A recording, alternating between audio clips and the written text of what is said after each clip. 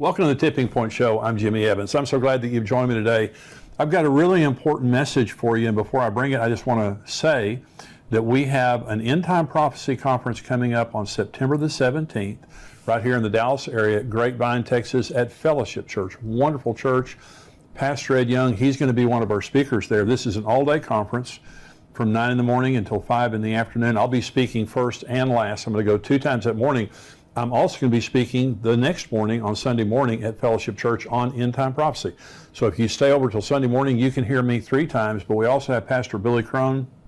He's been on the show here many times, and so great friend, tremendous end time speaker, written many books on the end times.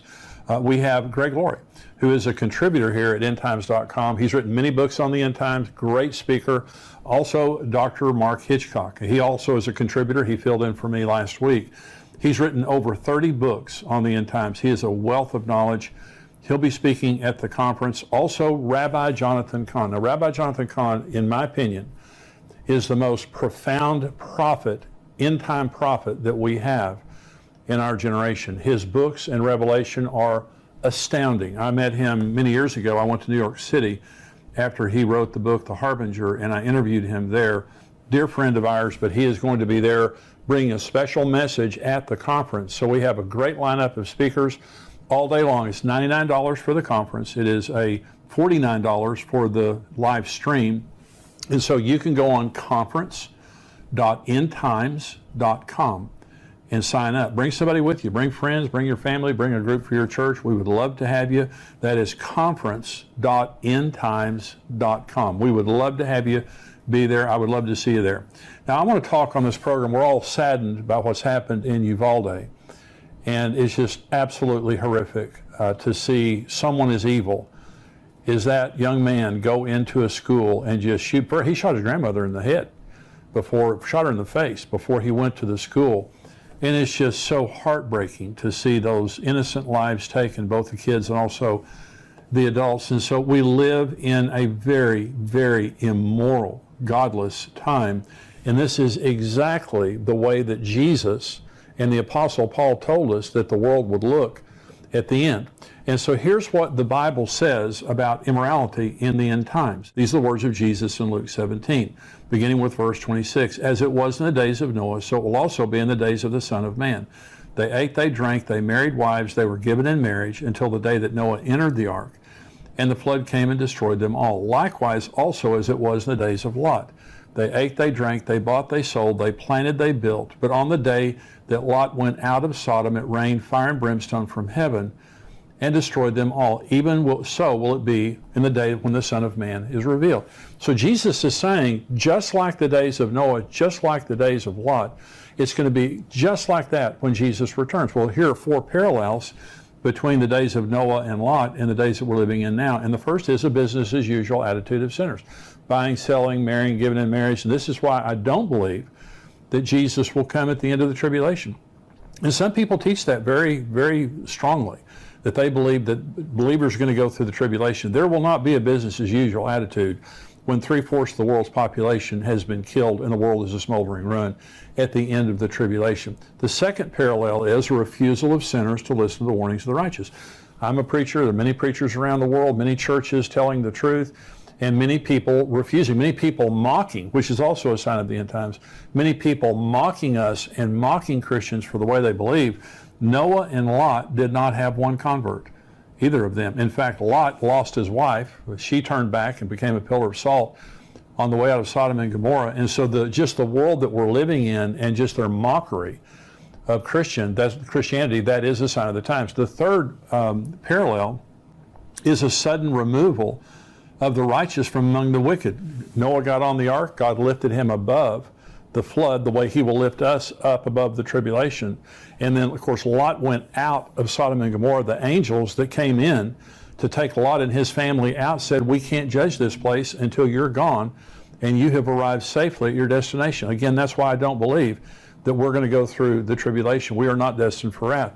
The fourth parallel is cataclysmic judgment. The tribulation will be cataclysmic judgment upon the world. Sodom and Gomorrah, 100% death. In the case of the flood, 100% death. It was a cataclysmic judgment that's going to happen when the tribulation, when the rapture happens and the tribulation comes to the world. This is what Genesis says. When Jesus says it'll be like the days of Noah and the days of Lot, this is what the book of Genesis says about the times of Noah. This is the genealogy of Noah. Noah was a just man, perfect in his generations. Noah walked with God.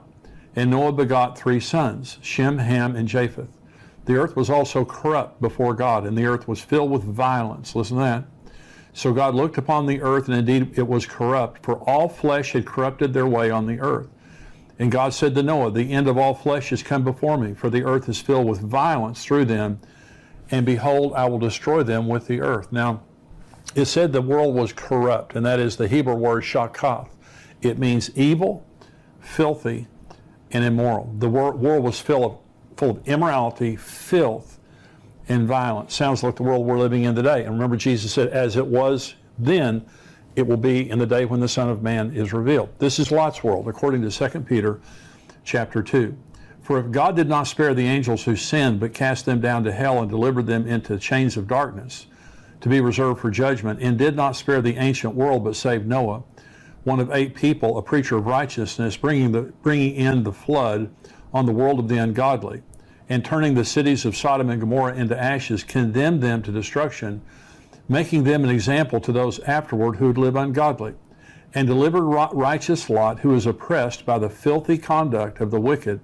For that righteous man dwelling among them tormented his righteous soul from day to day by seeing and hearing their lawless deeds. Then the Lord knows how to deliver the godly out of temptations, and to reserve the unjust under punishment for the day of judgment, and especially those who walk according to the flesh, in the lust of uncleanness and despise authority. They are presumptuous and self-willed. And again, Peter uses the word here, filthy, and it is the Greek word asolgeia. It means licentious, sexually immoral, and an insatiable desire for pleasure, just living in lust and hedonism. And they're ungodly. They have no fear of God.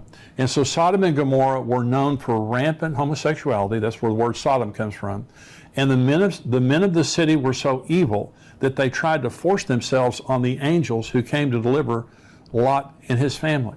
And so here it is now a scripture, a prophecy from the Apostle Paul, graphic prophecy from the Apostle Paul, warning about dangerous days that will come in the end times, because there will be such moral degeneration. This is 2 Timothy chapter 3. But know this, in the last days perilous times will come, for men will be lovers of themselves, lovers of money, boasters, proud, blasphemers, disobedient to parents, unthankful, unholy, unloving, unforgiving, slanderers, without self-control, brutal, despisers of good, traitors, headstrong, haughty, lovers of pleasure rather than lovers of God, having a form of godliness, but denying its power, and from such people turn away. And so Paul is describing the wholesale deconstruction of morality in the end times. And this is being fulfilled right before our eyes. And I'm saying this was not true when I was a child. I'm 68 years old. I was born in 1953. And I'm telling you, it was a different world. You just assumed everybody was a Christian. You just assumed all your teachers were Christians. I went to a school, 10 Commandments on the wall. There was a prayer that was prayed in the name of Jesus every single day I was in public school, from the time I was in first grade till the time that I graduated. And so it was just a different society. There were problems, but nothing like what we see happening today. And especially in the last 20 years, I look back on really the beginning of the internet, and there was problems before that, but there has been just this rapid disintegration that has happened since the internet was invented. And a lot of this kind of behavior is promoted through social media and the internet and things like that. So this prophecy from 2 Timothy from the Apostle Paul gives 19 different specific measurements of rejection of biblical morality. 19. When he says lovers of self, lovers of money, boastful, 19 different descriptions of the immorality in the end times, which every single one of them are true in our time. And you say, well, why would he give so many? Because immorality isn't just about sex.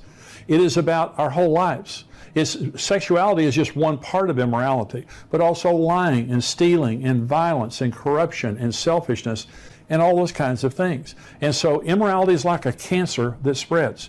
Once you get a little bit of it, it's like leaven. It spreads everywhere.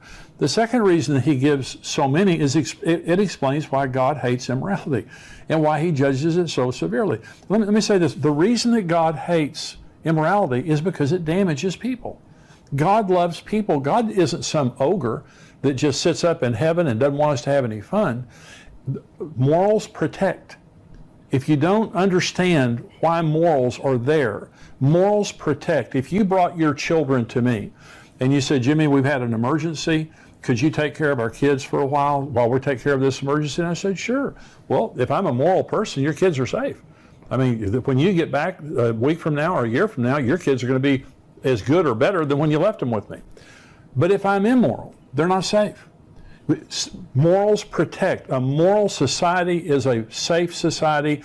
And when we rejected the Bible many years ago, when our society began to reject the 10 Commandments and prayer in school and legalize abortion, all those kinds of things, and we rejected the morality of the Bible, the Judeo-Christian ethic in morality that made our nation great, look what happened. There has never been a great immoral society. Rome, Greece, Egypt, Babylon, you go back in world history, they began as moral societies that become great, and they fall from within because they no longer have the protection of morals. And our founding fathers warned us that the Constitution of the United States was designed for a moral and godly people, and it was wholly inadequate for the government of any other. And that's why we see right now, when people are unrestrained in their hearts, you can't restrain them any other way. And we're seeing now, inner city Chicago, the Los Angeles, San Francisco, many places in America, they just can't handle the crime and the immorality because it's people's hearts. And they can't hire enough police officers to do that. Another reason that Paul lists so many is it very specifically describes the world of the end times and why it will be such a dangerous place. Paul says, beware, in the end times, it will be a dangerous place to live. And he goes into all the descriptions there. Every generation has had immorality. Jesus' generation had immorality. The Noah and Lot, they had immorality. Not the way we have immorality today. It is worldwide. Children, if they have a cell phone, they can get it. They can use Bible apps to get into immorality. It is everywhere. It has covered the earth, and it has gone to a level, again, that you have young men walking into schools and shooting little children, like Sandy Hook and like in Uvalde this week. Another reason that the Apostle Paul used 19 different descriptions is it describes the perverted value system of the end times.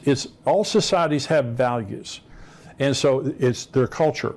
And so in America today, our culture has degenerated, and we are now celebrating things that 30 years ago we forbid. And what's happening right now with little children going to school and being convinced now that they're of a different gender. And I'm going to read an article here in just a little bit that talks about preschoolers and how preschoolers are now being indoctrinated into the woke culture. And so when you take everything that the Apostle Paul said, and all 19 of those things, they fall into 4 categories. And so here are the 4 categories of the end times moral degeneration. One is exaltation of self and narcissism. They will be lovers of themselves. I was watching football as a boy, and it was the Dallas Cowboys. I've been a lifelong Dallas Cowboys fan. I was watching football, and football players did not strut or celebrate after they made a play. They wouldn't let you do that. And the first time I ever saw a football player pound their chest or celebrate, I believe it was Hollywood Henderson was in a football game, and Tom Landry pulled him out of the game because he considered that poor sportsmanship. And so, of course, today, everyone loves themselves. People, and I'm not saying there's anything wrong with celebrating if you're a football player. I'm just saying it was a different society, and people, they weren't as narcissistic. You weren't allowed to sit and take selfies of yourself all day long and send them to all your friends. It's not about yourself. And so, lovers of self, here's what Paul says, lovers of self, boasters, proud, haughty, headstrong. This is the first thing that he says. Look at our society today. And the narcissism, the exaltation of self. Here's the second thing Paul says, is the rejection of authority. He said, disobedience to parents, lovers of pleasure rather than lovers of God, having a form of godliness, but denying its power. And when it's the word power there is the word dunamis. It means morality. It can mean spiritual power. It also means morality. They have a form of godliness, but they deny the morality of that godliness. And so many people today will, they say they believe in God and they have a form of godliness, but they live very immoral lives. That's what that means. The third category would be rejection of moral standards. He says unholy, without self-control, and despisers of good. Now, I spoke in a church service one day, and a boy band was in the audience. They're still famous. Very, very famous boy band was in the audience. And they came up to me before I preached, and they said, Jimmy, if you hear girls screaming, it's not about you. And I kind of knew that anyway, and because they were very, very famous. Now, they had taken purity rings, and this was very, very public. They had taken purity rings, and with their mom and dad, they had agreed they wouldn't have sex till they got married. They were vilified in the media.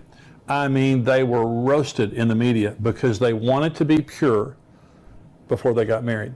Okay, that's despisers of good. What once was a standard that people admired is now something that people slam as being idiotic. But nothing has changed with God. The thing about God, biblical morality, is it doesn't change. It is a hard and fast standard that we live by. The number 4 category is disloyal, unloving, and verbally vicious, if that doesn't sound familiar. Paul says unloving, irreconcilable, unforgiving, blasphemers, slanderers, brutal, traitors, unthankful. The word unloving there is astorgeia, the Greek word. It means not even loving your family. When I was a young pastor, it was unheard of for a mother to leave her kids. I had never heard of it. I was a pastor of a very large church. And so you would see men sometimes leave their families, but not women. After I had pastored for 10 or 20 years, more and more parents killing their children, children killing their parents, parents preying on their children. That's what that means. It means you don't even have a normal love for your family anymore. And this is what we see today. The young man in Uvalde shot his grandmother in the face before he went and shot those kids. It's incredible. And so this is why God hates the immorality, and this is why there is such a horrific judgment that came on the world of Noah, of Lot, and is about to come on our world. Now, if you take all 4 of the categories that the Apostle Paul was talking about, describing the moral generation of the end times, and you flip it, here's what it means. Number 1 is exaltation of God over self. If you want to make this thing right and flip this thing over, rather than being narcissistic and arrogant, it means we humble ourselves before God. That's what we should be doing. That's what Christians should be doing. We shouldn't be like the world. We shouldn't be full of ourselves. And this is the whole issue of worship and focusing our lives on God. It's not about me. It wasn't about me. It's not about me. It never will be about me. It is about Jesus. When we go to heaven for all of eternity, we will worship Jesus Christ and not ourselves. The number 2 category, if you flip these things around, is submission to God's authority and to His delegated human authority. I submit my life to God. It's not about what I can do. It's about what I should do. I'm under God's authority. And it says they're rebellious to parents. They're disobedient to parents. And so if I'm a child, I should be submitted to my parents. I'm submitted to my boss at work. I'm submitted to the governing authorities. I have an attitude of submission. We now have Antifa, and we have these groups that are completely against all forms of authority. And so, this is growing in our society.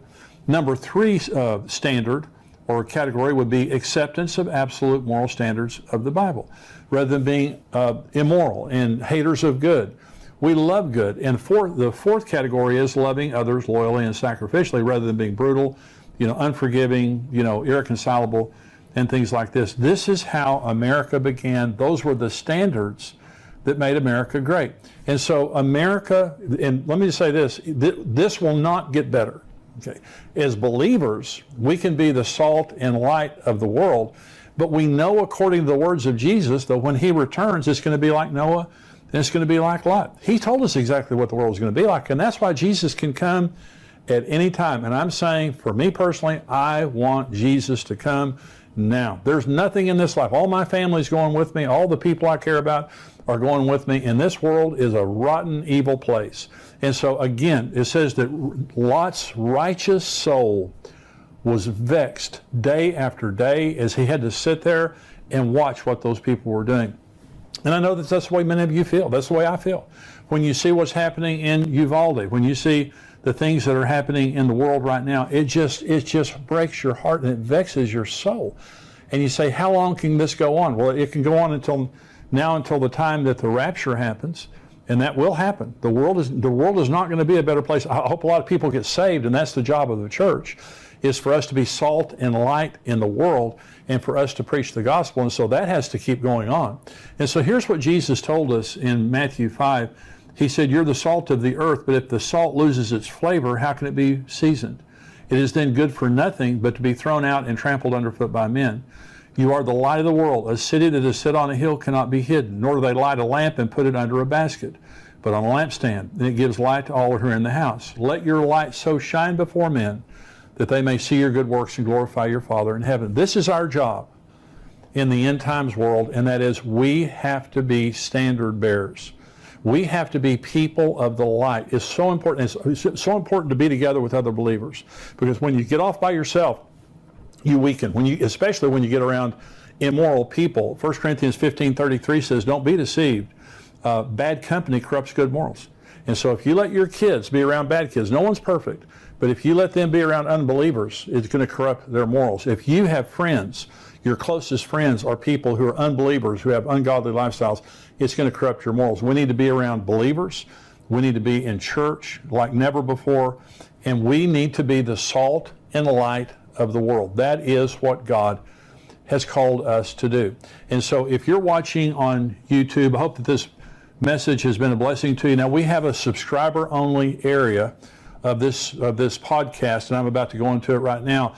Plus, we have many other articles and videos all week long that come out. If you're not a subscriber to endtimes.com, it's $7 a month. It's $77 a year. We would love to have you be a subscriber.